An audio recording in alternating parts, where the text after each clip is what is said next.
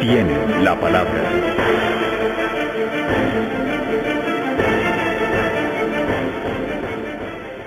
Hola, gracias por acompañarnos nuevamente aquí en Tienen la Palabra, el programa del Congreso de la República, para poner sobre el tapete y analizar para los televidentes, para ustedes, temas que son importantes para el país.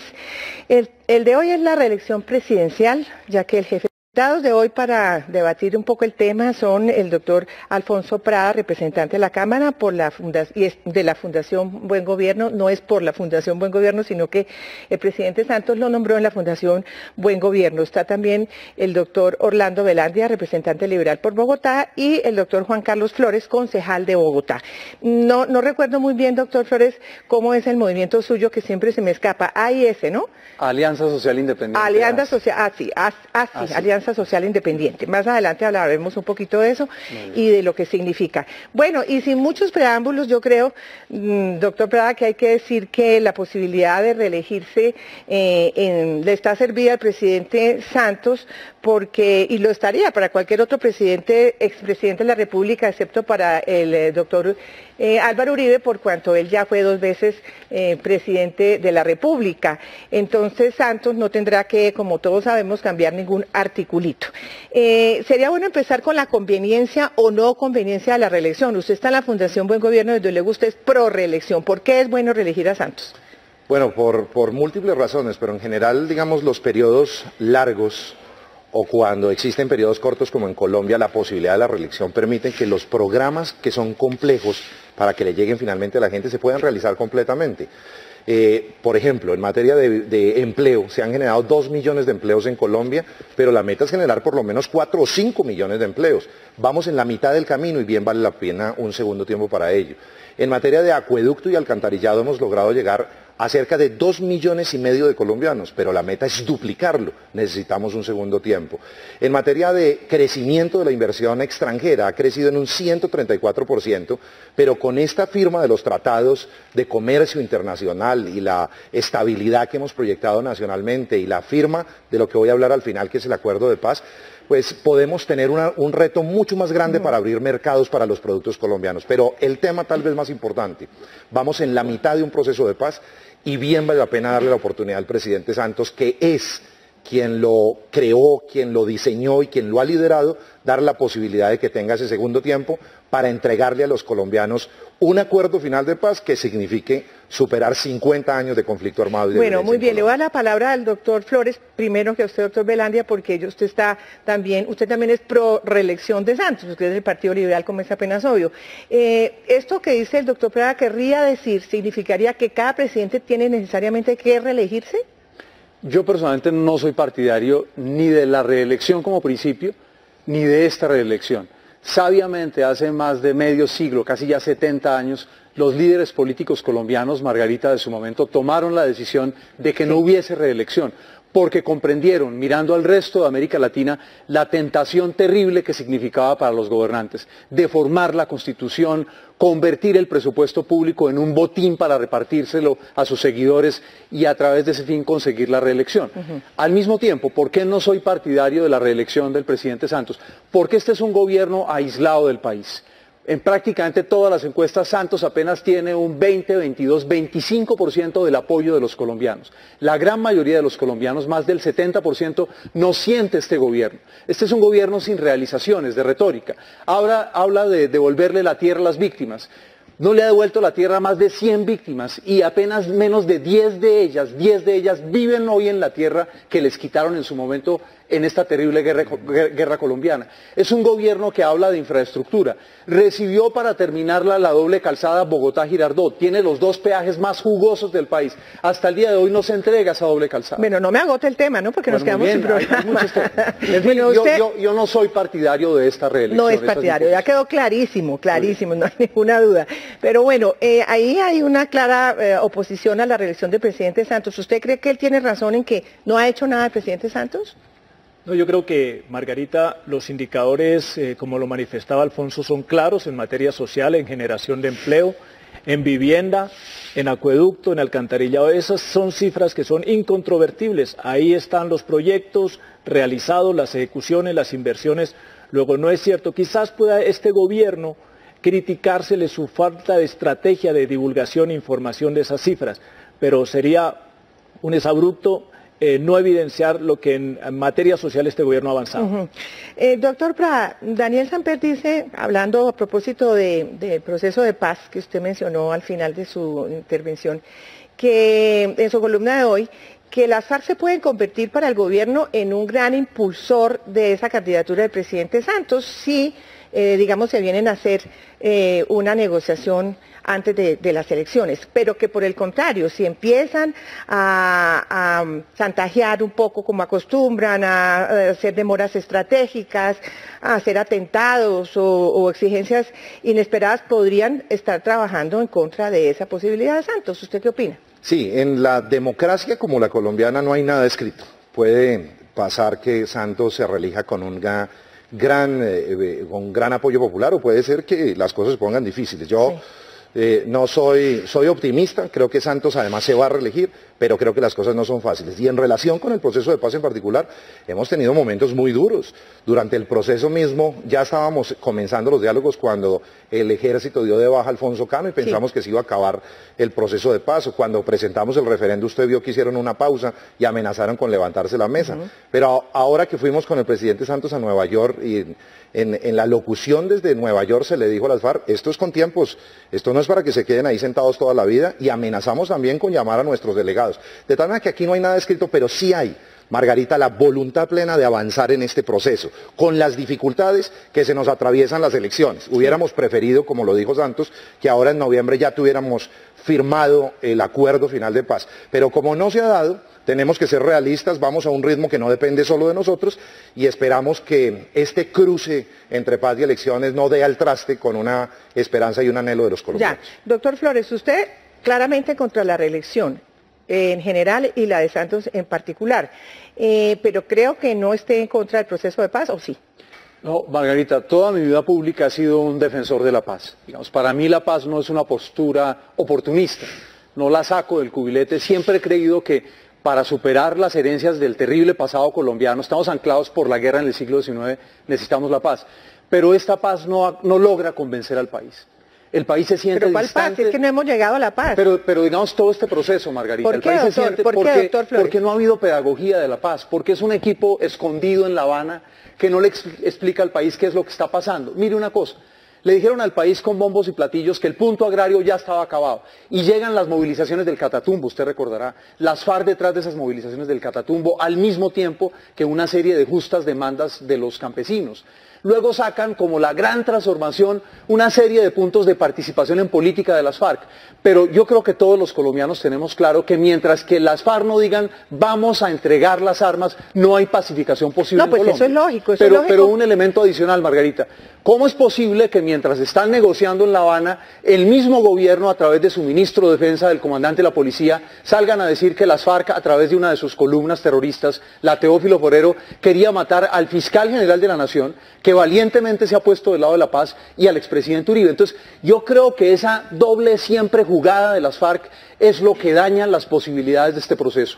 A mí me gustaría ver un gobierno más enérgico, más fuerte, menos pensando en que se va a reelegir gracias a la paz y más pensando en obtener la paz independiente de la reelección. Algunas personas podrían pensar, doctor Velandia, que esa apreciación del doctor Flores es un poco aventurada en el sentido que dice, afirma con tanta vehemencia como siempre habla él, que el presidente Santos esto es un oportunista que está tratando de usar este proceso de paz para hacerse reelegir. Bueno, pero también diríamos que hace más de un año, casi desde que él se posesionó como presidente de la República, empezó a explorar ese camino. ¿Qué le contestaría usted al doctor Flores?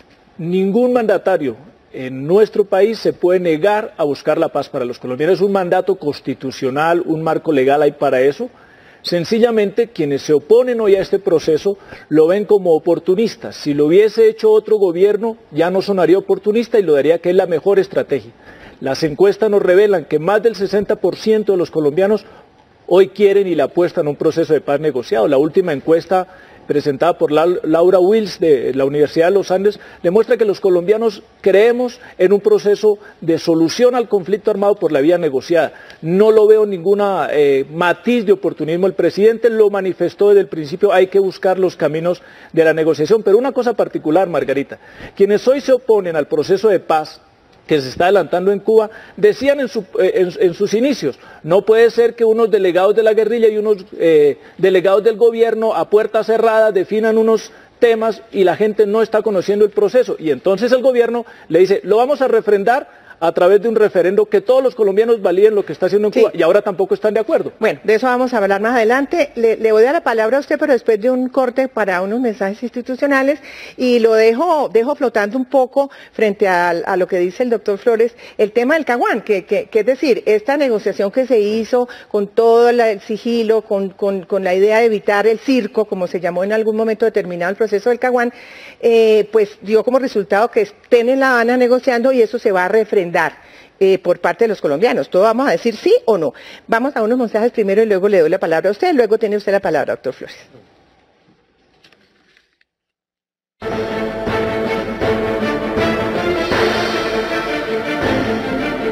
Tienen la palabra.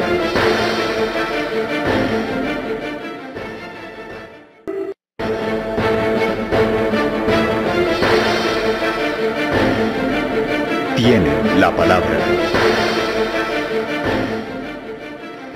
Muy bien, estamos en Tienen la Palabra, al programa del Congreso de la República para debatir temas del momento. En este programa tenemos hoy como protagonista la reelección del presidente Santos. La palabra la tiene el doctor Alfonso Prada. Palo porque bogas, palo porque no bogas, ¿cómo es esa situación? Tal cual, tal cual. Yo creo que el gran esfuerzo que hay que hacer es por hacer la paz en Colombia. Hubo un escenario, como usted lo mencionaba antes de salir al corte, en el Caguán, en donde se decidió despejar una zona y que fueran miles y miles de colombianos a echar cháchara, y eso fue una habladera de paja, en la que lo único que se logró fue el refortalecimiento de las FARC y prorrogar el conflicto hasta nuestra época. Ahora, ¿en qué estamos? Hemos decidido negociar en medio del conflicto. Eso nos genera muchos problemas, son riesgos además incluso hasta de popularidad para el presidente Santos, pero tomamos los riesgos de asumir con estos críticos, con los opositores de derecha, de izquierda, de centro, en fin. Siempre habrá personas que no están de acuerdo, pero lo que creo que el país sí reconoce. Hace menos de 48 horas se publicó una encuesta donde el presidente sube al doble de la popularidad que estaba registrando producto de los paros y toda esta cosa. Y yo creo que en el país claramente se está reconociendo que este esfuerzo es un esfuerzo sincero, pero más que un esfuerzo sincero, que lo es un esfuerzo con posibilidad de éxito, que es lo que tiene la esperanza de los colombianos viva. ¿Por qué con posibilidades de éxito? Porque comenzamos, a diferencia del Caguán, con una agenda definida. Allá nunca hubo agenda, hubo simplemente temas y temas. Aquí tenemos una agenda definida y, a pesar de que los críticos digan que aquí no avanzamos mucho, el país sabe muy bien que los dos primeros temas son dos acuerdos históricos que habrá que mejorar. Naturalmente habrá que desarrollar mediante reformas constitucionales, leyes, habrá que implementarlo, habrá que volver todo esto, mucha ingeniería normativa, legislativa y constitucional.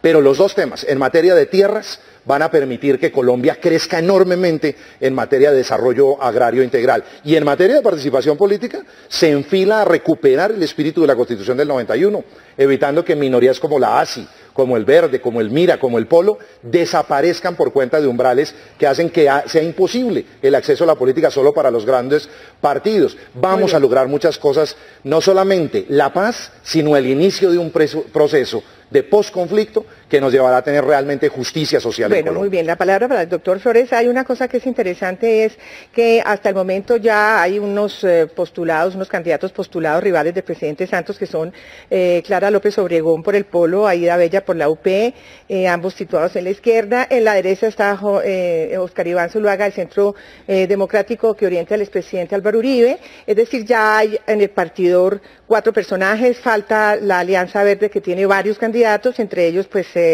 recuerdo al doctor Peñalosa, en fin, son como 6, pero hay 3 que tienen como la delantera, ¿no? Bueno, ¿usted está por cuál? ¿Cuál es su candidato presidencial? No, yo no tengo todavía un candidato presidencial, Margarita. ¿Y qué se necesita para que usted apoye? No, yo no creo que es que necesito porque sería, digamos, soberbia de mi parte, Margarita. Yo tengo una posición sobre el país. Sí. Y esa posición tiene que ver con hechos concretos. Digamos, yo no soy antisantista porque no me guste Santos como persona. Los doctores Prada y Velandia tienen el legítimo derecho de defender a Santos. Yo me refiero a los hechos. Por ejemplo, acuerdos históricos sobre la tierra, dice el doctor Prada. Pero ¿qué es lo concreto que ha hecho sobre la tierra este gobierno? Recordemos por qué tuvo que renunciar el embajador en Washington. El embajador en Washington tuvo que renunciar porque él y otro grupo de amigos del presidente Santos se apoderaron ilegalmente de miles de hectáreas baldías en las nuevas tierras de expansión agrícola del país. El actual ministro de Agricultura, el doctor Lizarralde, no tiene ninguna credibilidad política porque llegó al gobierno nombrado por el presidente Santos, habiendo estado presidido su paso por un importante gremio y él personalmente asociado con los baldíos. Esta semana el presidente no sabía si destituirlo, si confirmarlo, se enredaron en el tema de ley de baldíos. Si hubiese una auténtica voluntad para entrega de tierras a los campesinos, el gobierno ya habría radicado un proyecto de tierras. Entonces, yo lo que siento es que aquí hay mucha retórica, pero aquí no tenemos un cambio de verdad para el país. Por eso mi crítica al proceso de paz es una crítica de espaldas al país. Decía el doctor Velandia que hay una encuesta de la Universidad de los Andes, pero se le olvidó señalar varias cosas. Que en la encuesta los colombianos mayoritariamente, doctor Velandia, usted lo sabe, no apoyan prácticamente ninguna de las concesiones a las FARC. En esa encuesta los colombianos, la encuesta de la Universidad de los Andes, no aprueban concesiones políticas, no aprueban buena parte del proceso de desmovilización de las FARC tal como lo plantea el gobierno. Entonces, yo lo que creo, y esa es mi posición, la ha sido mi vida pública de una radical independencia, y es que el país necesita para dirigirlo otro grupo gobernante distinto del actual. Okay. Además, una cosa interesante. ¿Cuál? Eso sería bueno. No, hay que crearlo, yo soy partidario de crearlo. Es que hay gente que piensa que si no es, si no es pastranista un día, santista el otro, gavirista el otro, peñalosista el otro, uribista el otro, no hay espacio. ¿Lo va a sacar de un cubilete de mago? Entonces, si no hay uno en este momento que no le guste, no se crean las opciones. Voy a darle un ejemplo, Margarita. La tercería. En Brasil, Lula llegó como resultado del trabajo político de muchos años, no pertenecía a la vieja clase política de muchos años. Hay que atreverse a pensar Colombia distinto de la vieja clase política. Yo no me avergüenzo, hay que construirlo, Margarita, yo creo que hay que atreverse a construirlo. Yo no me avergüenzo de no ser ni uribista, ni santista, ni gavirista, ni pastranista. Yo soy un ciudadano colombiano de los millones que estamos profundamente insatisfechos y que sentimos que hay que darle un giro al país. Doctor Velandia. No, Margarita, a mí me parece que la afirmación de Juan Carlos en decir que esa encuesta se opone a todas las concesiones que se le han dado o las que se le van a dar a las FARC. ¿Cuál concesión? Hay unos temas claros que se va a permitir que sea el pueblo colombiano a través de un referéndum quien los valide. En eso el presidente Santos ha sido absolutamente abierto. Si la crítica es decir, no lo negocien 5 personas, se le den unas concesiones que el pueblo lo refrende, pues sí. Eso es lo que estamos buscando en ese marco. Yo creo que aquí la discusión, Margarita, se va a centrar entre quienes le apostamos a un proceso de paz, a una salida negociada de este conflicto ya sin sentido de más de 50 años y quienes se están oponiendo al proceso de paz. Bueno, hay una cosa que es interesante de anotar ahí, doctor Alfonso Prada, es, por ejemplo, de la vicepresidencia. Todavía no se sabe quién va a ser de ninguno de los que están candidatizando su fórmula vicepresidencial. Se dice que el doctor Germán Vargas Lleras, también podría ser el mismo Humberto de la Calle, se ha especulado un poco. También se ha dicho que el general Naranjo podrían ser las fórmulas del presidente Santos, de los otros todavía no se ha dicho ni una palabra. Y hay quien dice que depende de qué se está buscando con ese vicepresidente, si es ganar las elecciones o ayudar a gobernar. ¿Qué opina? No, muy importante. Yo creo que el vicepresidente tiene que ser una persona capacitada plenamente para asumir la presidencia de la República. Sí.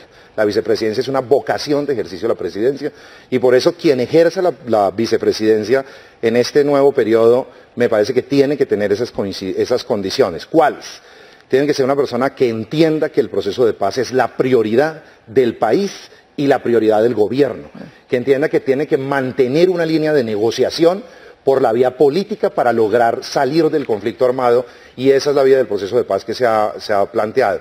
Que mantenga claramente un ritmo de crecimiento de la inversión extranjera, de la inversión social, que todo este tema de reformas que se vienen en materia de salud, en materia de educación, tenga la misma línea que plantea el presidente en su campaña. Los nombres que usted ha dicho son nombres excepcionales. Germán Vargas Lleras, Humberto de la Calle Lombana, Óscar Naranjo, nuestro ex general y mejor policía del planeta, son nombres que van mucho en esa línea de coherencia y de consistencia de lo que el país debe mantener como línea de gobierno durante los próximos años. Muy bien. Vamos al último corte y vamos a darle después la palabra al doctor Flores, porque yo creo que el tema que sigue es interesante, el de la llegada del expresidente Uribe al Congreso de la República. A ver usted qué opina, qué va a suceder ahí. Eso va a ser un hueso duro de roer. Ya regresamos.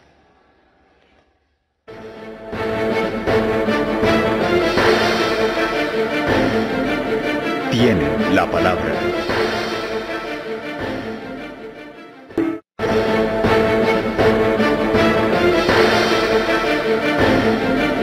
Tienen la palabra.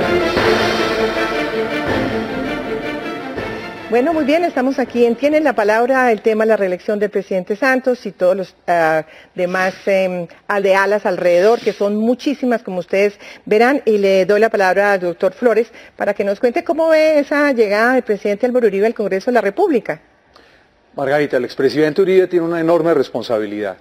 Él seguramente va a tener un considerable apoyo popular, pero la pregunta es dónde quiere quedarse ubicado en el terreno histórico de Colombia. Él ya es una persona que buena parte de su hacer político ya está por detrás. Sí. Si el presidente quiere ser un constructor de país, si quiere contribuir a resolver los problemas centrales que tiene Colombia, o si el presidente quiere ser frente a un gobierno que no sea uribista una piedra en el zapato, un obstáculo, un propiciador de discordias y de odios. Ese es el desafío grande que él tiene. Yo no sé cuál será el papel que quiere tener en la historia de Colombia. ¿Cómo lo ve usted, doctor Velandia? Yo, contrario a lo que el presidente Uribe en su mandato creía, que la democracia se fortalecía debilitando los partidos de oposición, bienvenido el presidente a la democracia. Me parece que le hace bien que una figura como el presidente esté en el Congreso, ahí vamos a estar en el Senado, él enriquecerá sus debates, pero me parece que hay que tener una precisión y la gente no se puede llamar a engaños. Los votos de Uribe no son endosables. Y eso cuando uno habla, dice, no, es que en esta región yo estoy con Uribe, entonces van a votar por mí, votarán por Uribe. Pero el grueso de la votación en las regiones va a estar en cabeza de los senadores, de cada uno de los senadores, cada uno de los representantes a la Cámara. En esas cifras el pueblo colombiano no se puede engañar.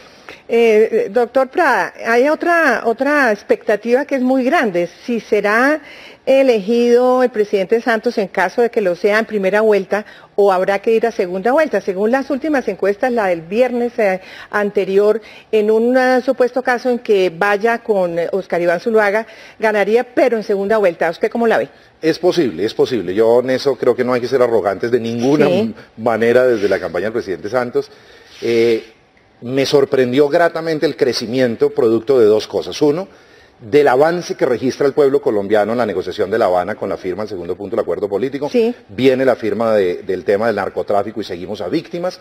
Y me parece que ahí hay una esperanza que se ve reflejada en una buena imagen del presidente. Lo segundo es que el anuncio formal que está haciendo el presidente durante estos días también se ve reflejado en un ambiente esperanzador. Y si esa tendencia, como se reflejó en la encuesta del Centro Nacional de Consultoría, donde llegó al 41% de favorabilidad, de intención de voto, además ya en las votaciones, pues perfectamente podría de aquí al 25 de mayo llegar a pasar el porcentaje del 51%, que es el que se requiere para ganar en primera vuelta. Muy bien. Hagamos una hipótesis, doctor Flores, pero no me acabe con el programa, porque me quedan 2 minutos y me falta el doctor Velandia todavía. 2 minutos. 2 minutos. Es esta. Digamos que gane, una hipótesis, que gane el presidente Santos. ¿Cuáles son los temas más importantes que usted diría él tiene que entrar inmediatamente a arreglar, a conformar, a tratar? El primero es llevar a buen término todo el proceso con las FARC, haciéndole pedagogía frente al país. El segundo, me parece a mí un aspecto crucial, es el tema de las víctimas y de la tierra. Ese es un tema fundamental. Un tercer tema crucial para el país es el tema de la infraestructura.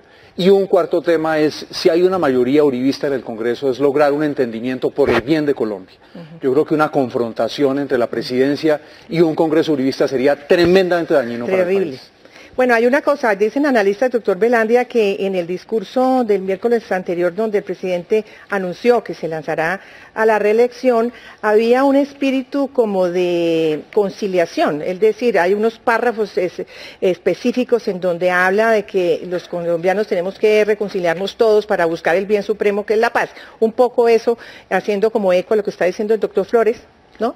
Yo creo que el presidente ha entendido que este proceso de paz requiere de todos los actores, de convocar todas las voluntades, todos los esfuerzos políticos, todas las orientaciones. No es fácil construir un proceso de paz, si bien es cierto, lo que se va a lograr en Cuba va a ser el primer paso, la cuota inicial para construir este edificio anhelado por todos los colombianos. Yo creo que el presidente deja entrever eso. Es necesario que todos confluyamos con nuestras ideas, con nuestras posiciones a un proceso de paz que le hará muy bien a la sociedad colombiana. Pero tampoco nos debemos equivocar que, usted lo decía al comienzo, no es la paz lo que se logra inmediatamente con la firma del acuerdo en Cuba. Hay que empezar todo un proceso de cultura para la paz en una sociedad por naturaleza violenta. Hay un tema importantísimo, doctor, me parece a mí que tal vez uno de los tres primeros, que es el estatuto de la oposición, es decir, si se llega a un acuerdo, a una firma de la paz en La Habana, y también para los partidos de izquierda, los minoritarios y demás, ahora la UP surge nuevamente con Aida Bella como candidata, etcétera,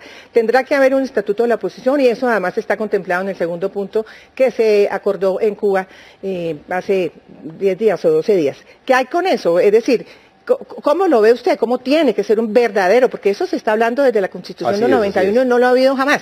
Ese es un reto por construir en la democracia colombiana, y creo que esta oportunidad de la inserción de las FARC al escenario democrático nos va a permitir tener una buena excusa para hacer en el Congreso de la República un buen estatuto de la oposición que garantice acceso a los medios de comunicación para la réplica cuando la oposición no tiene suficientes garantías y no está de acuerdo con lo que el presidente de la República esté haciendo en su momento, que tenga financiación adicional para desarrollar actividades mediáticas, que tengan sus propios medios de comunicación. Aquí va a haber, no le quepa la menor duda, un estremecimiento de la política, porque hay que buscar que no solamente haya oposición, sino que no desaparezcan las minorías políticas en Colombia, se garantice un ejercicio transparente desde la registraduría y el sistema electoral colombiano acerque mucho más el ejercicio del Estado y de la política a los ciudadanos. Luego hay mucho por hacer en ese terreno. Muchísimo, hay muchísimo más temas desde luego, pero pues a lo largo de todos estos meses antes de las elecciones iremos analizándolos, pero hay uno que me parece que es muy importante y que en opinión de los expertos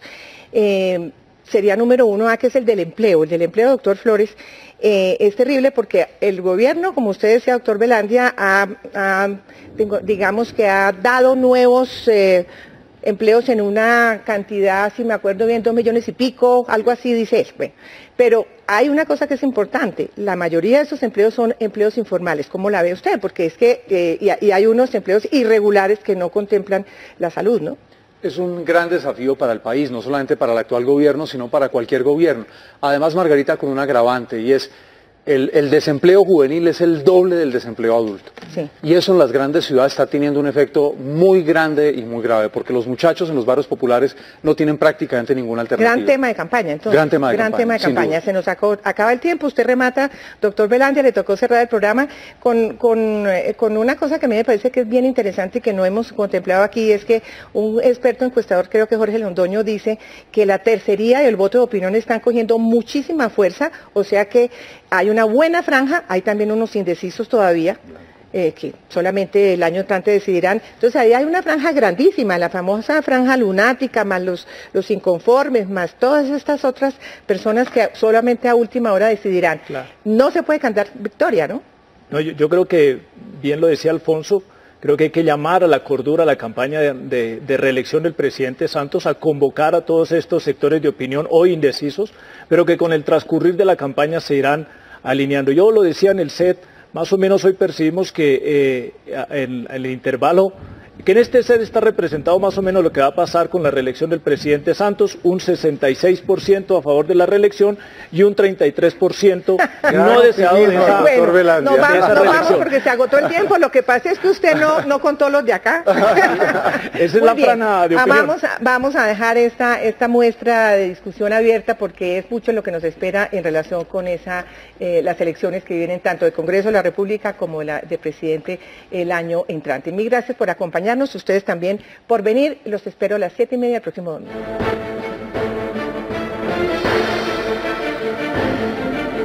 Tienen la palabra.